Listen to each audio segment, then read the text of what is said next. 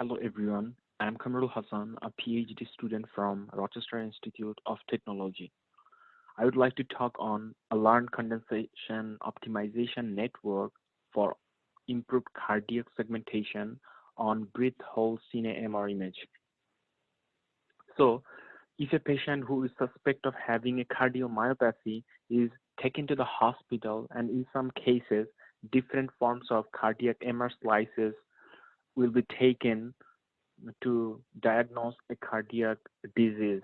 Among different cardiac MRI, Cine MRI is thought about the gold standard due to its excellent soft tissue contrast, high spatial and temporal resolution, and also there is no ionizing radiation.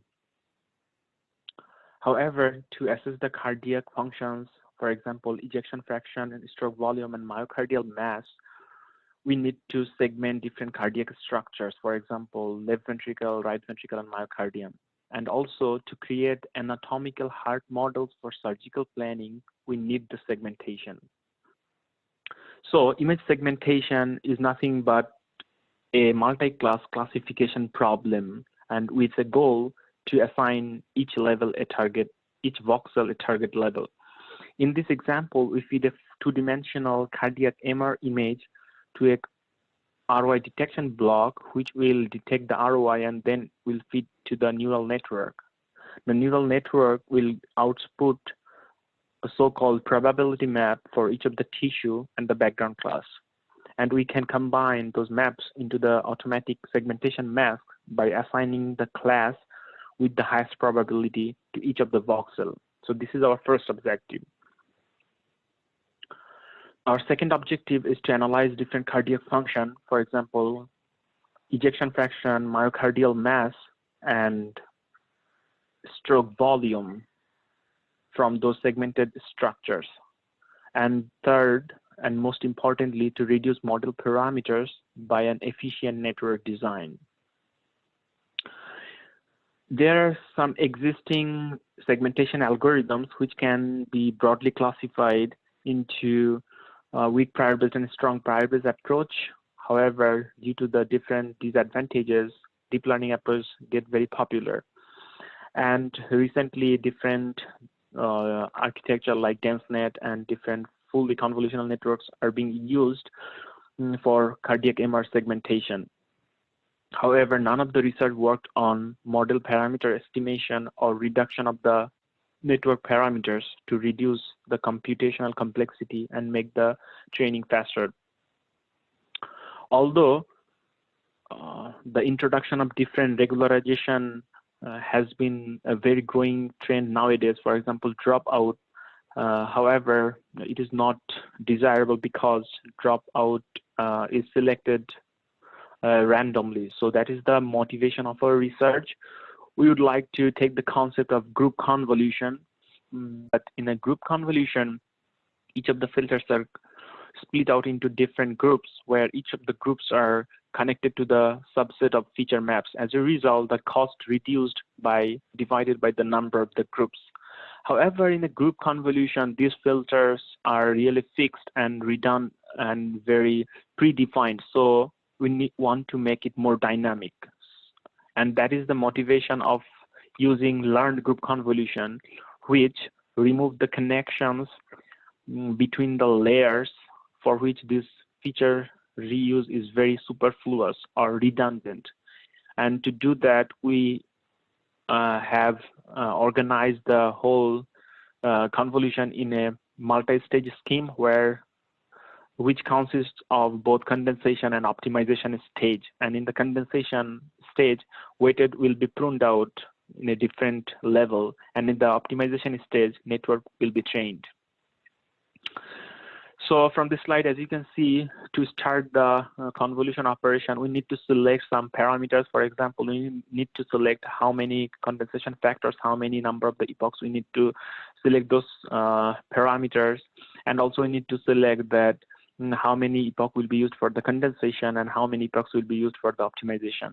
When we set all of these parameters, then we need to calculate all of the incoming weights magnitude and then put all those magnitudes into the first column for the group 1 and in the second column for the group 2, and so on. Once we are done, then we will calculate and sort out those individual weight magnitudes and compare those each of the individual weight magnitudes with the average value of the total weights.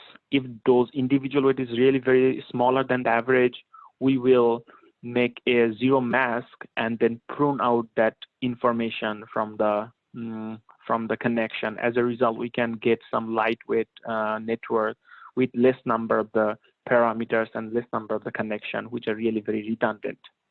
So this is our proposed LCON architecture. As you can see, this one block is similar to the DenseNet block, but we replace the DenseNet architecture with the condensed block, where in the condensed block, as you can see from the left one, this is a condensed layer, consists of both 1x1 and 3x3 convolution, similar to the DenseNet. But the modification here is that we use the learned group convolution in the 1x1 convolutional layer and group convolution in the 3x3 convolution. And the overall architecture looks like a unit type architecture, which consists of both encoder, both decoder, and also a bottleneck layer. And also at the very last layer, we have the softmax layer to find out the segmentation mask for LV, RV, and the myocardium. For the experiment, we used the Mikhail Stackham 2017 challenge dataset, which consists of 100 different patients, and each has the short axis Cine slices for end diastole and end systolic phase. Also, we have the reference segmentation mask for LV, RV, and the myocardium. So for the pre-processing, we used the Fourier transform-based approach to detect the ROI that encompasses the RV and the LV regions. The motivation for using those Fourier transform-based approach is that the only moving part on the thorax is the LV region, and it moves at the same frequency dictated by the heart rate. So a three-dimensional Fourier transform was used to determine the fundamental H1 component, which is called the Hilbert space, which shows the strongest response to the cardiac frequency. And then a two-dimensional inverse first Fourier transform was used to transform it back into the original spatial domain. After that, we applied Canny edge detection techniques to find the center of the LV using Gaussian kernel-based circular half transform, as the LV is circular in architecture, and the maximum across LV likelihood was selected as the center of the RY, and a square patch of fixed size of 128 by 128 was then cropped. For the data augmentation, we used a different scaling, transformation, and zooming operation. So for the backpropagation, we used the dual loss. One is called the cross entropy, another is the dice loss. As you can see from this dice loss equation, which is almost similar to the dice similarity coefficient, but we replace the probability, the target level with the posterior probability, and then we do multiply it for each of the class to compute the multi-class dice loss. This equation shows the negative log likelihood, which is called the cross entropy loss, and which is multiplied with the true class probability. And we find this true class probability from our ground truth contour. So for the evaluation of the segmentation results, we use the DICE scores, and for the calculation of the for the evaluation of the clinical parameters, we use the correlation coefficient. These are some of the hyperparameter tuning. We use the training as 70% training, split the data set, and 15% validation and 15% testing.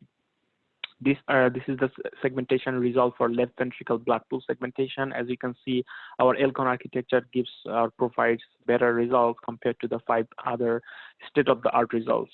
The second table shows the same results for the LV myocardium segmentation, and we have better results. This table shows the segmentation result for right ventricle blood pool segmentation, though we did not get a good best results, but we have comparable results. This table shows the clinical parameter estimation in terms of the correlation coefficient, where we can see that as it approaches to one, it gets the better results for 5 different clinical parameters. So this is the table that shows the graphical representation of our automatically computed clinical parameters compared to the manually computed clinical parameters, and it shows almost similar to the manual ground truth.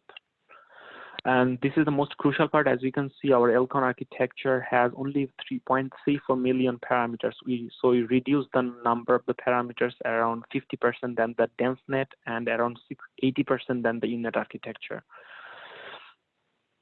So this is the qualitative result. As you can see, the top row shows the raw slices, the bottom one shows the ground truth, and the last one shows the segmentation mask computed by our Elcon architecture for base slice, mid slice, and the apex slices for both end diastolic and end systolic phase.